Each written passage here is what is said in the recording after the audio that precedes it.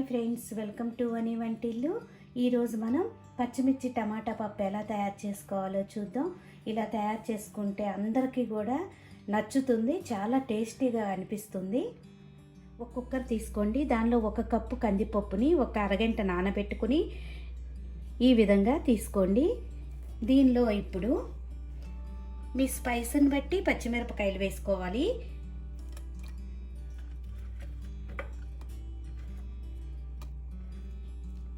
మనం ఎండు కారం ఏం వాడం, మొత్తం ఈ పచ్చిమిరపకాయల కారమే మనకు సరిపోతుంది. దీనిలో 1 ఉల్లిపాయని ఇలా ముక్కలు కోసి వేసుకోండి. 1 టమాటాని ఇలా ముక్కలుగా కోసుకుని వేసుకోవాలి. దీనిలో 4 వెల్లుల్లి గబ్బాలు వేసుకుందాం. 1 స్పూను ధనియాలు వేసుకోవాలి. మీకు ధనియాలు ఇష్టం లేదంటే ధనియాల పొడి అయినా వేసుకోవచ్చు. దీంట్లో 1/2 టీ స్పూన్ పసుపు వేసుకుందాం. 1/2 టీ స్పూన్ జీలకర్ర వేసుకోవాలి. దీనిలో కొద్దిగా కరివేపాకు వేసుకోండి, ఆ ఫ్లేవర్ చాలా బాగుంటుంది. 1 కప్పు కందిపప్పుకి 2 కప్పులు వాటర్ వేసుకుని బాగా ఉడికించుకోవాలి. దీనిలో ఇప్పుడు 1 స్పూన్ ఆయిల్ వేసుకుందాం. ఇలా విజిల్ పెట్టుకుని 3-4 విజిల్స్ రానివ్వండి. మనకి అప్పుడు పప్పు మెత్తగా ఉడికిపోతుంది. ప్రెషర్ అంతా పోయాక కుక్కర్ విజిల్ తీసి చూసుకుందాం. చూడండి, పప్పు ఇలా ఉడికింది కదా. దీనిలో ఇప్పుడు రుచికి తగినంత ఉప్పుని వేసుకుని పప్పు గుత్తితో గెరిటితో అయినా సరే దీన్ని మెత్తగా మెతుపుకోవాలి. రుచికి తగినంత ఉప్పు వేసుకుని మెత్తగా మెతుపుకోండి. ఇలా మెత్తిపిన పప్పుని పక్కన పెట్టుకొని ఇప్పుడు తాలింపు వేసుకుందాం. స్టవ్ ఆన్ చేసుకుని ఒక గిన్నె పెట్టుకోండి. దానిలో 1 స్పూన్ ఆయిల్ వేసుకోండి. ఆయిల్ వేడయ్యాక ఇట్లా 4-5 వెల్లుల్లి గబ్బాలని కొద్దిగా దంచి వేసుకోండి.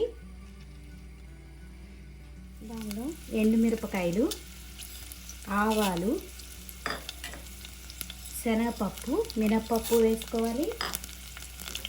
కొద్దిగా జీలకర్ర వేసుకుందాం.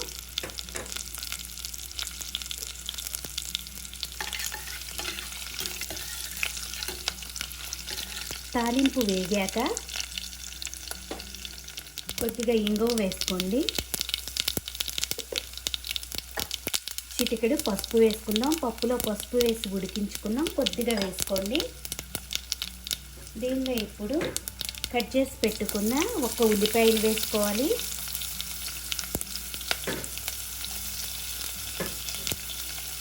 కరివేపాకు వేసుకుందాం. సన్నగా కట్ చేసి పెట్టుకున్న కొత్తిమీర వేసుకుందాం.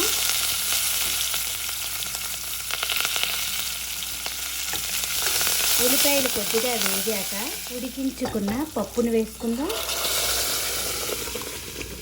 దాన్ని బట్టి వాటర్ యాడ్ చేసుకోండి. పప్పు ఉడికి ఆరేసరికి మనకు కొద్దిగా గట్టి పడుతుంది, అందుకని కొద్దిగా పలసగా ఉండేట్టు చూసుకోండి. ఇప్పుడు మొత్తం ఒకసారి కలుపుకొని 2-3 నిమిషాలు ఉడకనిద్దాం. ఇలా ఉడికించుకున్న పప్పుని సర్వింగ్ బౌల్లోకి తీసుకుని మనం వేడివేడి అన్నంలో వడియాలు అవి అన్నీ వేయించుకుని తింటే అసలు దీని రుచి చాలా బాగుంటుంది. మనం దీనిలో చింతపండు రసాన్ని కూడా ఏమీ వాడవసరం లేదు. మనకి టమాటా పులుపు మనకి సరిపోతుంది. ఎంతో టేస్టీగా ఉండే పచ్చిమిర్చి టమాటా పప్పు రెడీ అయిపోయింది. ఒక్కసారి మీరు ఈ విధంగా ట్రై చేసి చూడండి.